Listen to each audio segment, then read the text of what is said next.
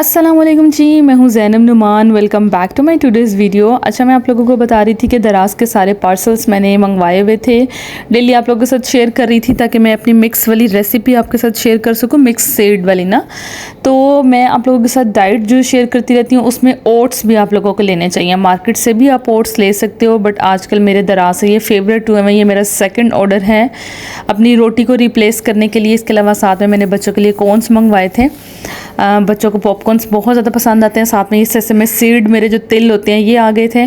तो इंशाल्लाह नेक्स्ट किसी वीडियो में हम मिक्स सीड की रेसिपी बनाते हैं। मेरे सारे इंग्रेडिएंट्स पूरे हो चुके हुए हैं, तो मैं थोड़ा सा रेडी होकर अपने जॉब का काम कर रही थी। बट मेरी जॉब से पहले मैं एक मदर हूँ, हाउसवाइफ हूँ, तो बस उसी हुलिये में मैं बैठ गई फटाफट से सब्ज़ी बनाने, क्योंकि मेरी हेल्पर ने काफ़ी ज़्यादा सब्ज़ी बना दी थी। बाकी कटिंग मैंने खुद ही करनी थी और बच्चों के आने से पहले पहले हंडिया भी बनाई थी। आज मेरे हस्बैंड जो है 2 सब्ज़ियाँ ले आए, भिंडी भी और मेथी भी।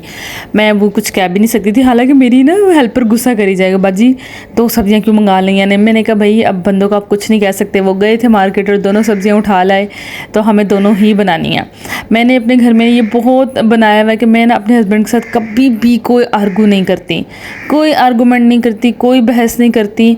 इस तरह आपके घर में ना बहुत शांति का माहौल रहता है। शांति का नहीं, अमन पुरसुकून रहता है। ठीक है, क्या ज़रूरत है एक बंदा हमारे लिए चीज़ ले आए उसमें नुक्स निकालने का। मैंने कहा मैं मेथी बना के सेव कर लूँगी और भिंडियाँ मैं सालन बना लूँगी। आधी भिंडी मैंने बना ली, थोड़ी सी भिंडी मैंने अपनी हेल्पर को शॉपर में डाल दी कि मैंने कहा तुम ले जाओ, तुम्हारी भी आज की हंडी बन जाएगी। भिंडी का सालन बनाने का वही पुराना देसी तरीका जो बचपन से अपनी माओ से सीखा ना, बस उसी पे कायम है। मैंने बीच में एक दफ़ा ना यूट्यूब से रेसिपी देख के न्यू बनाई रेसिपी से ना भिंडी, बट वो मुझे पसंद ही नहीं आई। तो भिंडियाँ जैसे बचपन से पहले फ्राई करके ज़्यादा वाले ऑयल में, वो मुझे बुरी है पैसा, फ्राइड ही मज़े की लगनी है। साथ में उसके बाद प्याज काट के ज़्यादा सारे डाल दिए। और बचपन में ये वाला सीन होता था कि सिर्फ प्याज खाने हैं, भिंडी नहीं खानी। लेकिन अभी इतनी मज़े की खुशबू आती है। और मेरे बच्चे उल्टा सीन है, मेरे बच्चे सिर्फ भिंडी खाते हैं, प्याज नहीं खाते। सालन साथ साथ बना रही थी, तो मैं यहाँ पे शेयर कर रही हूँ कि रात के टाइम मैंने अपने ओट्स जो हैं डिप करके रखे थे। मैंने दराज से मंगवाए हैं, आप ये लोकल मार्केट से भी किसी ब्रांड के ले सकते हो, बट ये दराज वाली क्वालिटी भी बहुत अच्छी है। साथ में मैंने चिया सीड का भी 1 चम्मच डिप कर दिया था। ठीक है, दूध में आप लोगों ने ओट्स और चिया सीड का 1 चम्मच डिप करके रात को जब फ्रिज में रख दोगे तो सुबह तक ये दूध को सोक कर लेंगे। और सुबह की कंडीशन में आपको दिखा दूंगी कि कैसे हो जाएंगे। और चिया सीड कभी भी डायरेक्ट नहीं लेने, हमेशा पानी में या दूध में डिप करके लेने। और यहाँ पे मैं आपको फ्रिज में अपने बाकी किस्मों के पानी भी दिखा रही हूँ जो मैं आपके साथ शेयर करती रहती हूँ। और कोशिश करती हूँ कि रात के टाइम ये सारे पानी डिप करके सोऊं, ताकि सुबह में इनटेक करने आपको ईजी रहे। यहाँ पर मैंने थोड़े से फ्रूट्स की कटिंग कर ली थी। साथ में मैंने अपने पम्पकिन सीड ले लिए हैं और ये भी मैंने दराज से मंगवाए हुए हैं। मुझे लोकल मार्केट में कोई भी अच्छी क्वालिटी का पम्पकिन सीड अभी तक नहीं मिला। पंसार वाली दुकान में तो बहुत स्मेल वाले होते हैं, तो मेरी रिकमेंडेशन पर दराज के सेलर से ले लेना और अपनी बॉडी का फ्लेक्स करते हुए आप लोगों को इंस्पायर करने के लिए। ठीक है, मेरे ये जर्नी स्टार्ट हुआ था वेट लॉस से। जब मैंने वेट लॉस कर लिया अपने 2-3 साल लगा कर ना, फिर मुझे शौक आ गया स्ट्रेंथ ट्रेनिंग से, क्योंकि जो हम वेट लॉस करते हैं ना वो वापस आ जाता है, वो बार बार वापस आता है। और ऐसा मेरे साथ कई दफ़ा हुआ।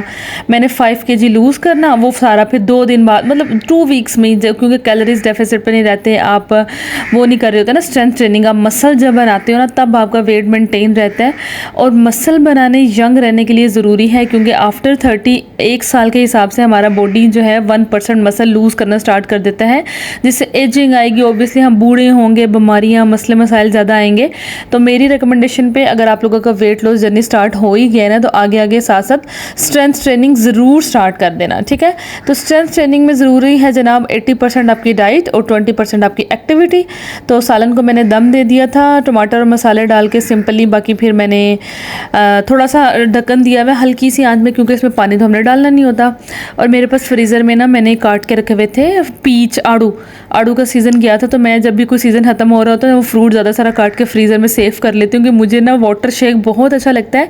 ये वाटर शेक आपके लिए इतना फ़ायदेमंद है ना, इसमें चीनी नहीं सिर्फ ऐड करनी, विदाउट चीनी मैंने आड़ू ली है, पानी लिया है और नमक डालना है सिर्फ। यहाँ पे मैंने मसाले डाल दिए थे, फटाफट से टमाटर मेरे सारे मैश हो गए। मैंने इनको साथ चम्मच चला लूँ हम औरतों को, हम हाउस वाइफ को ना भाई सलूट है भाई साहब, मैं तुम सारी हाउस वाइफ्स को सलूट कर रही हूँ, क्योंकि as a mother, as a housewife घर में किचन में खड़ो के एक टांग पे हांडी देखो, फिर अपनी डाइट देखो, बच्चों को देखो, किचन साफ करो, कपड़े धो, सफाई कराओ, बंदे को देखो क्या पकाना है, इतने काम मैनेज करते हैं ना।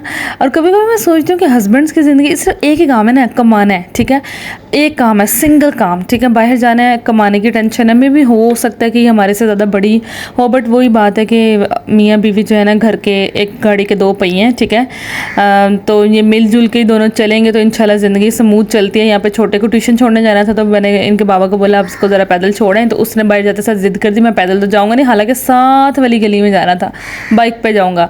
तो फिर बाबा साहब ने लाडला बेटा है सर पे चढ़ाया हुआ है, अब्बा के लाड प्यार की वजह से वो हम सब पे बदमाश बन गया हुआ है। लेकिन खैर है, छोटे बच्चे सारे घर के प्यारे खूबसूरत लाडले मज़े के होते हैं। यहाँ पे मैं इतनी थक गई थी, पाँव पर रखे बैठे, याद आया कि साथ ही बर्तन पड़े हुए थे, फटाफट साइड पे किया। और मेरा यहाँ पे ऑलमोस्ट ब्रेकफास्ट फिनिश हो गया था, मेरी हंडिया भी तकरीबन कंप्लीट थी, सफाइयाँ वगैरह भी डन थी, घर A1 था, बच्चे पढ़ने चले गए हुए थे। मैं अपनी रूटीन में ज़्यादातर कोशिश करती हूँ अपनी चीज़ें बनाऊँ, क्योंकि मेरे हस्बैंड और बच्चों दोनों को वीडियो में आना बिल्कुल भी पसंद नहीं है। पहले तो सिर्फ हस्बैंड ऐसे करते थे, अब मेरे बच्चे बड़े दोनों ने भी स्टार्ट कर, मामा हमें ना लाए। मुझे इतना दुख होता है यार, मेरे साथ थोड़ा सा वीडियो में आ जाए करो, मुझे थोड़ी सी मेमोरी बन जाएगी, मुझे अच्छा लगता है, बट नहीं, और लड़कों को नहीं आना। लेकिन मैं भी उनको, बच्चों को ज़बरदस्ती लाऊंगी। मैंने हस्बैंड का फेस लाना तो बिल्कुल छोड़ दिया है, उनके लिए मैंने फटाफट से रोटी डाली। आप लोग मुझे बताना कि नेक्स्ट आपके घर पकाने का क्या प्लान है, ताकि मुझे भी थोड़ा आइडिया मिल जाए करे। थोड़े नीचे कमेंट्स में मुझे ये ज़रूर बताना। मेरा ख्याल है कि मुझे तो नेक्स्ट मेथी ही पकानी पड़ेगी, क्योंकि फ्रीज़र में रखी हुई है, ख़राब ना हो जाए।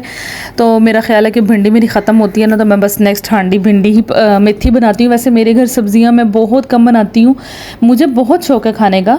नेक्स्ट डे की ये थोड़े से क्लिप्स हैं, क्योंकि उस दिन तो उसके बाद मुझे हिम्मत ही नहीं हुई, मैंने मोबाइल ही नहीं पकड़ा, बस नॉर्मली बच्चों को सुला दिया जल्दी।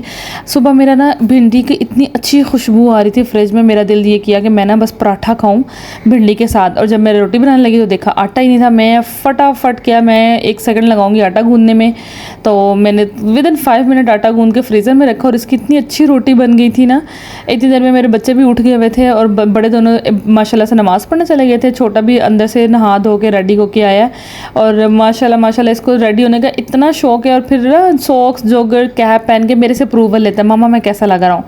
मैंने कहा भाई अच्छे लग रहे हो। और डेली स्कूल जाते हुए मैं एक दिन इसकी ट्यूशन चली गई, तो वो कहती हैं कि हम अपने भाई को कहते हैं कि ये देखो अफान से सीखो, माशाल्लाह इसको बहुत शौक है। तो इसके बाबा भी कहते रहते हैं किस, मैंने कहा भाई मामा पे गया है। माशाल्लाह इस बच्चे को ना अपनी ड्रेसिंग का, मैं क्या पहन रहा हूँ, मैचिंग कैप, मुझे सॉक्स पहनी है, जॉगर्स की लाइन लगाई होती है, आज ये पहनूंगा, आज पहले से डिसाइड कर रहा होता है कि मामा आज क्या पहनो, और फिर पहन के मामा से ज़रूर अप्रूवल लेना है कि मैं कैसा लग रहा हूँ। उसको ये बताया जाए आप अच्छे लग रहे हो, बड़ा हैप्पी होता है, बहुत हैप्पी होता है।